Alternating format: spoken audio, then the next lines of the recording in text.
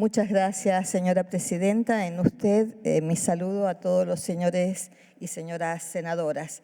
En primer lugar, disculpar al senador Rubén Uñac, que por cuestiones de salud, la verdad que tiene sus cuerdas vocales muy afectadas. Bueno, estoy yo acá y trataré de ser lo más clara posible. Este proyecto es una iniciativa que surge del senador Uñac, de quien les habla, y también del senador por Tucumán. Y fue acompañado por 23 firmas, así que no es poca cosa. Hay una realidad que ya se ha dicho y voy a volver a repetirla porque es una realidad muy fuerte que nos pega fuerte, ¿no? Sobre todo a las provincias. Hoy el AMBA recibe aproximadamente 26.000 millones de pesos mensuales y en su conjunto las provincias reciben promedio 3.500 millones de pesos. Esto, números más o números menos, es lo que ya han dicho los senadores que me han antecedido en la palabra. Quiere decir que se da una situación de asimetría y esto provoca la injusticia, la ineficiencia también del transporte público y está muy lejos de ser federales, que es lo que nuestra Constitución proclama y que todos los días tenemos que bregar por ello. Si contemplamos que el presupuesto para el año que viene contempla 85.000 millones de pesos, bueno, los problemas van a seguir. Por eso la necesidad de que surja una ley que ordene sobre todo una distribución equitativa. Tal vez no tanto aumentar el monto ni crear más gastos, pero que se distribuya de una manera equitativa. Por cuanto el derecho de la cuestión de la movilidad, el poder trasladarse o no, afecta otros derechos, como el de la salud, el de la educación, el del trabajo.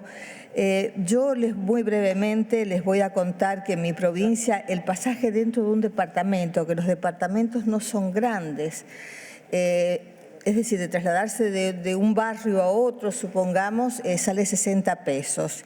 Y ya desde los departamentos hasta el centro de la provincia, de 100 para arriba. Imagínense un empleado público que por cuestiones de clima en San Juan tiene que viajar 4 veces al día.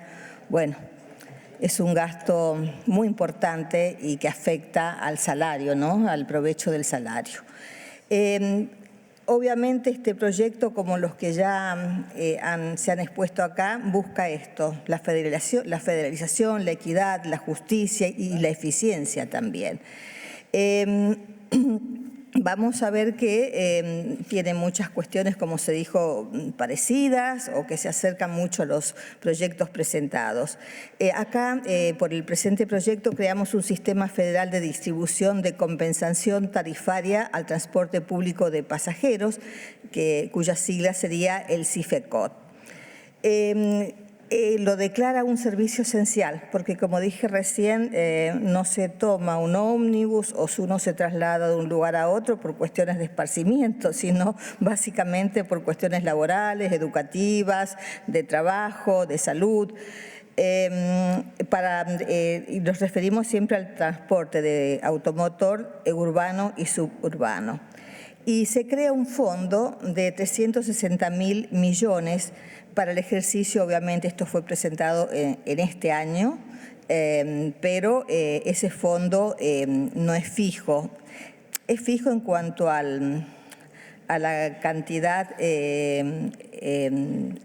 en cuanto a sus beneficios y su alcance, pero debe estar ajustado, como todos sabemos, por el comportamiento de las variables macroeconómicas, debe estar ajustado a la pauta inflacionaria, es decir, que puede ser más en monto, pero en cuanto a rendimiento será igual.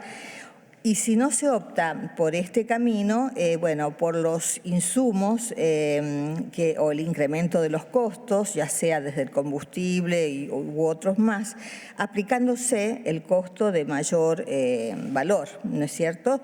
De manera tal que ese fondo no quede después reducido en caso o ante la inflación.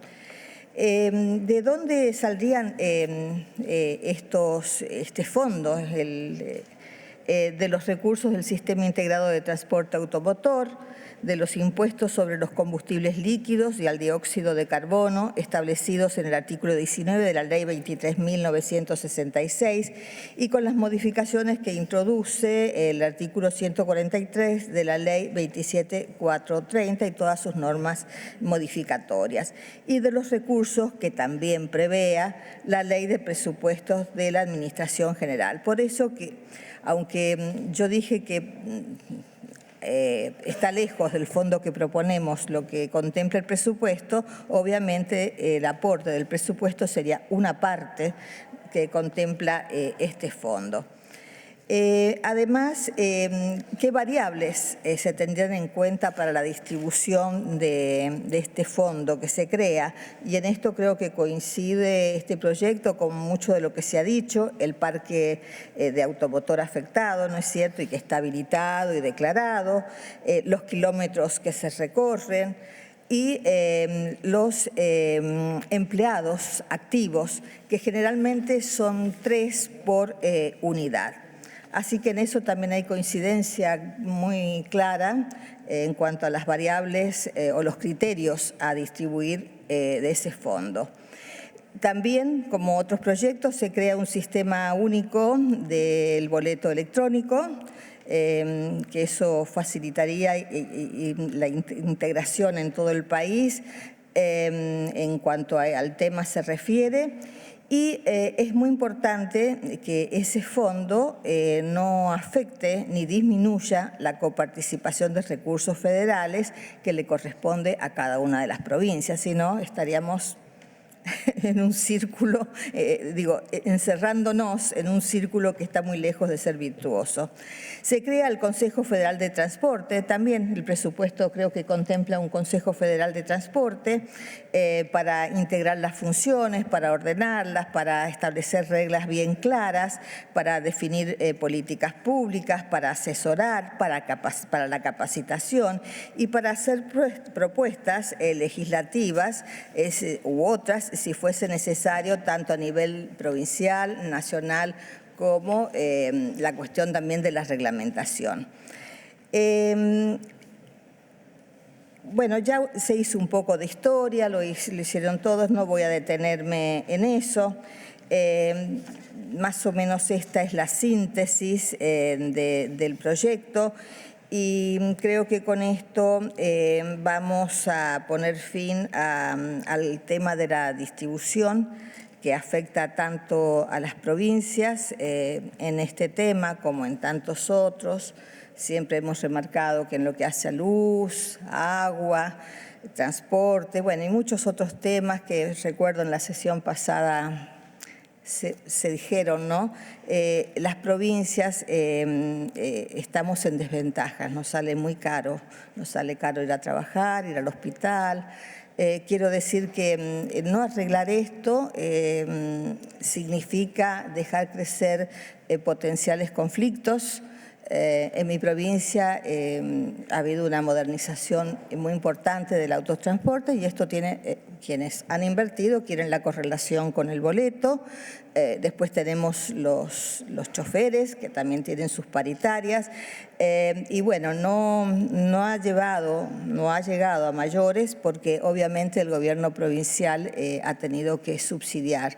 De lo contrario, el transporte urbano interurbano se hubiera visto paralizado con todas las consecuencias que ello trae. Coincido, como ya lo han hecho los senadores que antes han expuesto, que el tema es sumamente importante, que más allá de lo que contempla el presupuesto es necesario crear este fondo, un fondo que tendrá que ajustarse al comportamiento de las variables macro y que tendríamos que sacarlos cuanto antes, porque esto es un requerimiento.